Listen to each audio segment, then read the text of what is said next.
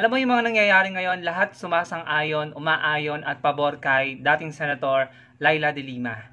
Yung tadhana, no, ay pumapabor kay Senator de Lima ngayon. Basahin natin itong sinabi ni VP Sara dito. Sabi dito, Vice President Sara Duterte urges the House of Representatives to respect the earlier statements of President Ferdinand Marcos Jr., who said that the government will not cooperate with any investigation of the ICC. Matatandaan na may mga nagpapasa ng resolution from Congress, no, na ina-encourage nila ang gobyerno ni BBM na makipagtulungan, makipag-cooperate sa ICC. At ito nga po yung naging pahayag ni VP Sara. Tama naman yung sinabi niya na, yung unang statement ni BBM, sinabi nito na hindi tayo makikipagtulungan sa ICC, no? Especially nung election, yan po yung sinasabi ni BBM. Pero kitang-kita po natin yung kaliwat ka ng balita na tila nagbabago na po yung tono ng ating kasalukuyang administrasyon, no? Yung DOJ may mga statement na nagpapakita ng pag-consider sa ICC. At ito po yung latest, no? Sabi dito, President Bongbong Marcos says the government is studying if the Philippines should return to the International Criminal Court's Rome Statute. Sabi niya, that is under study.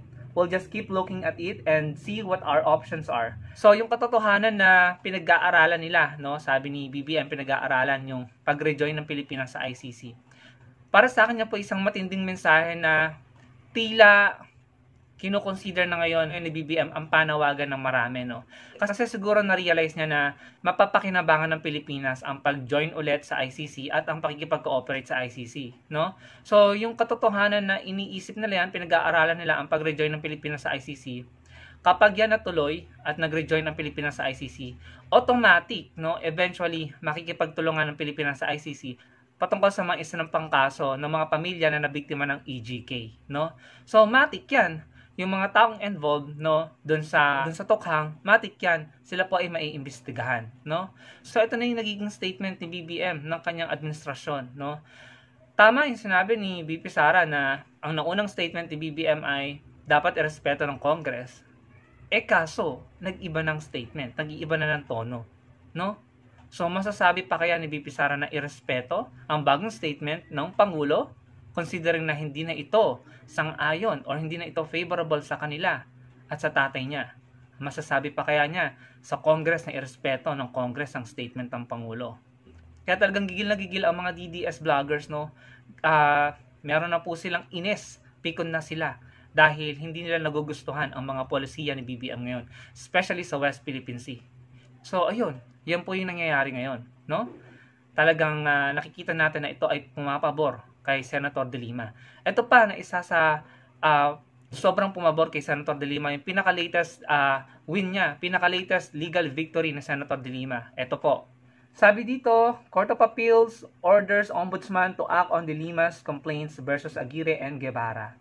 So I'm sure alam niyo na yan, na dati nag-file ng complaint, if I'm not mistaken, criminal and administrative complaint yung sinampa ni Senator de Lima laban kay Aguirre and kay Guevara, no? Kasi kinuha nilang state witness and isinailalim sa Witness Protection Program, if I'm not mistaken. Yung mga witness ng prosecution na convicted po, na may kinalaman sa moral turpitude, no? Convicted yung mga naging witness nila, isinailalim sa state Witness Protection Program. Yun po yung kinumplain ni Senator de Lima na nagsampa siya ng criminal and administrative cases laban kay Guevara and Aguirre, no? Na una nang dinismiss ng ombudsman, pero nung nag-apila si Senator de Lima sa CA, kinampihan siya, no? Kinampihan siya ng Court of Appeals at inuutosan ng CA ang ombudsman na umaksyon sa complaint ni Senator de Lima. So yan po ay legal victory ni Senator de Lima. Kasi umpisa pa lang, sa totoo lang, no, nakakatawa talaga yung ginawa nila kay Senator de Lima. Talagang fabricated, unjust, at wala sa tama, no? Una, walang matibay na ebidensya, walang money trail, tapos yung mga witnesses ng prosecution, convicted. And then, later on, eventually, nagsipag-recant. Binawi ang kanilang mga testimonies laban kay Senator de Lima. Tapos, tinatad ng fake news si Senator de Lima. Yung fake adult video, yung pagkanta ni Senator de Lima sa ibang lugar, sa birthday party niya, sa DOJ, pinalabas na sa Bilibid yun, nagko-concert daw, ganto ganyan, nagsasaya, no? Yung si Senator de Lima yung nagpabaklas ng mga kubol, siya yung pinagbintangan na dumami daw yung kubol sa Bilibid nung panahon niya. Which is untrue, hindi totoo dahil sila Senator De Lima talaga yung nagpabaklas, no? Maaring may natira, no, or merong gumawa ulit, pero sila Senator De Lima po yung nakatuklas noon nung DOJ Secretary siya at sila nagsimulang magbabaklas noon. Pero binaliktad po, no?